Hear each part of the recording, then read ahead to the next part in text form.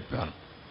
చాలామంది ఎలక్ట్రీషియన్స్ అవసరం, ప్లంబర్స్ అవసరం, అదే మరి మనకు మోటార్ వెహికల్స్ని మెకానిక్స్ అవసరం, ఈవెన్ గ్యాస్ స్టవ్లని రిపేర్ చేయడానికి మనుషులు కావాలి, చిన్న చిన్న స్పేర్ పార్ట్స్ కావాలి. అందుకని దీన్ని పెద్ద ఎత్తున తీసుకున్నాం. ఎవరైతే అర్బన్ కంపెనీ ఉందో వాళ్ళని కూడా రమ్మని ఎక్కడికక్కడ ప్రజా చైతన్యం కూడా తీసుకొచ్చి వాళ్ళకి ఎవరు కావాలంటే వాళ్ళని పంపించే విధంగా దానికి ఒక ప్రత్యేకమైన కార్యక్రమం అరేంజ్ చేస్తున్నాం. వాళ్ళలో కూడా చైతన్యం తీసుకొస్తాం.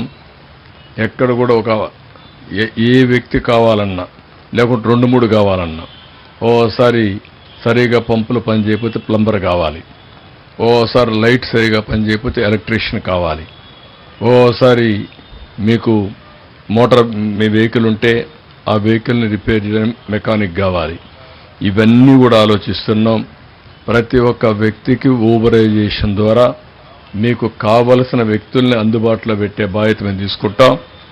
రేట్లు కూడా రేషనలైజ్ చేస్తాం, ప్రజల్లో చైతన్యం తీసుకొస్తాం. అదే మరి ఎవరైతే ఈ సర్వీసెస్ ప్రొవైడ్ చేస్తున్నారో వాళ్ళందరికీ కూడా రేటింగ్ కూడా ఉంటుంది. ఈరోజు ప్రపంచం అంతా కూడా మారిపోతా ఉంది. ఏదైతే ప్లాట్ఫామ్ వర్కర్స్ కానీ, ఎకానమీ కానీ, గిగ్ ఎకానమీ కానీ పెద్ద ఎత్తున ప్రాస్పర్ అయ్యే పరిస్థితి వస్తూ ఉంది ఫ్యూచర్ ఎకానమీ కింద. అందులో కూడా మీరు చూస్తే ఈరోజు 24 గంటలు కూర్చొని పనిచేసే పరిస్థితులు లేరు. ఫ్లెక్సిబుల్ వర్కింగ్కి వచ్చేస్తున్నాం. నాకు మంగళతన బార్బర్ కావాలంటే నేను బుక్ చేసుకుంటే వస్తారు, చేసేసి వెళ్ళిపోతారు. అదే మరి ప్రతి డ్రైవర్స్ కూడా అవర్లీ బేస్ వచ్చే పరిస్థితికి వచ్చారు.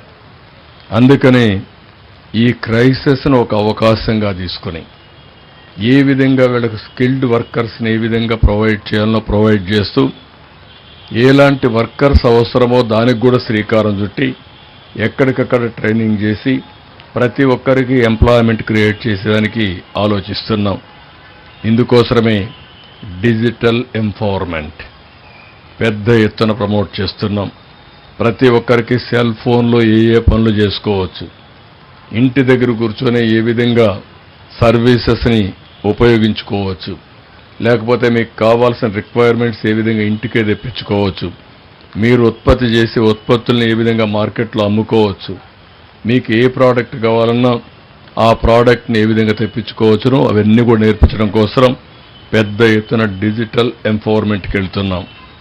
ప్రతి ఒక్క వార్డులో అవసరమైతే ఒక 2-3 పెట్టి లేదంటే ఒక 5-6 మందిని పెట్టి వాళ్ళందరినీ ట్రైనింగ్ ఇస్తూ ఉంటే ఆ ట్రైనింగ్ ఇచ్చిన వాళ్ళని సక్సెస్ రేట్ని బట్టి వాళ్ళ ట్రైనింగ్ ఫలితాలు బట్టి మేము కూడా సింపుల్ పరీక్షలు కూడా పెట్టి వాళ్ళకు డబ్బులు ఇచ్చే పరిస్థితి వస్తాం.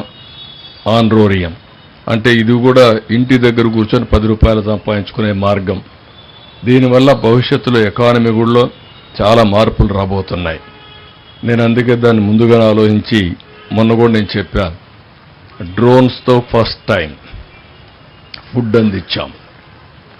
మనిషి రీచ్ కాలేని దగ్గరికి డ్రోన్ వెళ్ళగలిగింది. దాన్ని ఇంకా ప్రాక్టీస్ చేస్తే చాలా రిమోట్ ప్లేస్ నుంచే మనం పంపించే పరిస్థితి వస్తుంది. ఎవరన్నా కష్టాల్లో ఉన్నానని ఫోన్ చేస్తే అక్కడి నుంచి మనం ఆ ఫోన్ ఏదైతే ఉందో జీపీఎస్ చూసుకొని ప్రోగ్రామింగ్ చేసి నేరుగా అతనికి పంపించే అవకాశాలు వస్తాయి. ఇలాంటి అనేకమైనటువంటి మార్పులు తీసుకురావాలని ఒక డ్రోనే కాదు, ఒక సీసీటీవీ కెమెరా, ఒక సెల్ ఫోన్, ఈ 3 ఉపయోగించుకుని నాలెడ్జ్ ఏదైతే ఉందో ఆ నాలెడ్జ్ అంతా కూడా ఊబరైజేషన్ ద్వారా ఆర్టిఫిషియల్ ఇంటెలిజెన్స్ కానీ, మెషిన్ లెర్నింగ్ కానీ, అనలిటిక్స్ కూడా తయారు చేసి నిర్ణయాలు ప్రాపర్గా చేసే విధంగా కూడా ముందుకు పోబోతున్నాం. దీనికి ఇక్కడ క్రైసిస్ వచ్చింది కాబట్టి ఈ క్రైసిస్ని ఒక ఆపర్చునిటీగా తీసుకుంటాం. ఆపర్చునిటీగా తీసుకొని ఇవన్నీ చేస్తాం. ఇంకొక పక్కన ప్రతి ఒక్క కుటుంబానికి ఈ రోజటి నుంచి 3 రోజుల్లో మ్యాక్సిమం ఈరోజు ఒక రోజు అయింది, రేపు ఇంకొక 2 రోజుల్లో 100% మనం ఇవ్వాల్సినవన్నీ కూడా ఇవ్వడానికి ప్రయత్నం చేస్తున్నాం.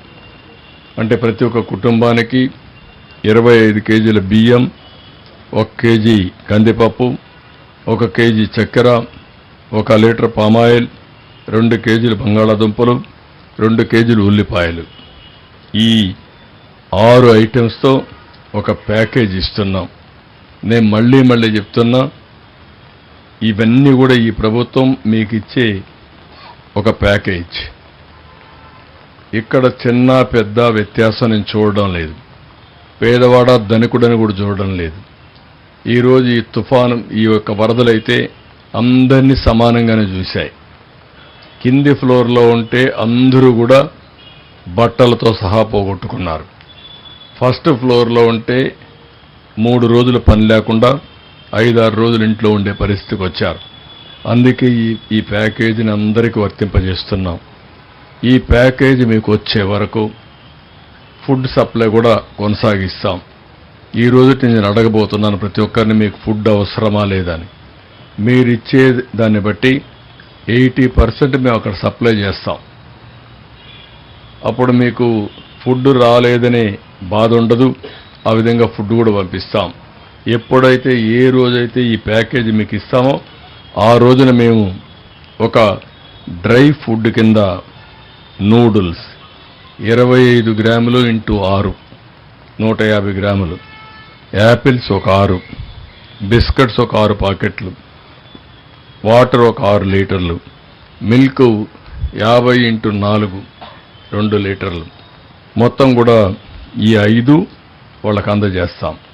ఈ 2 అందజేసిన తర్వాత కుక్కుడు ఫుడ్ అనేది నిలిపేస్తాం. అక్కడికి వాళ్ళ కాళ్లపైన వాళ్ళు చేసుకునే పరిస్థితి వస్తుంది.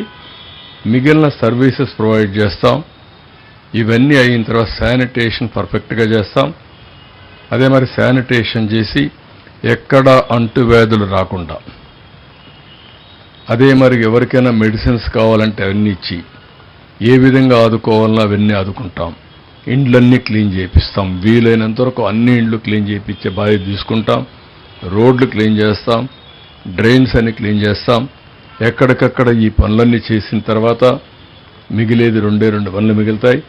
అవి 2 మీరు చూస్తే, ఒకటి వాళ్ళ ఇల్లు రిపేర్ చేసుకోవడానికి అవసరమైనటువంటి స్కిల్డ్ లేబర్, వాళ్ళని కూడా ఆన్లైన్లో పెట్టి ఎప్పటికీ కూడా మానిటర్ చేస్తాం.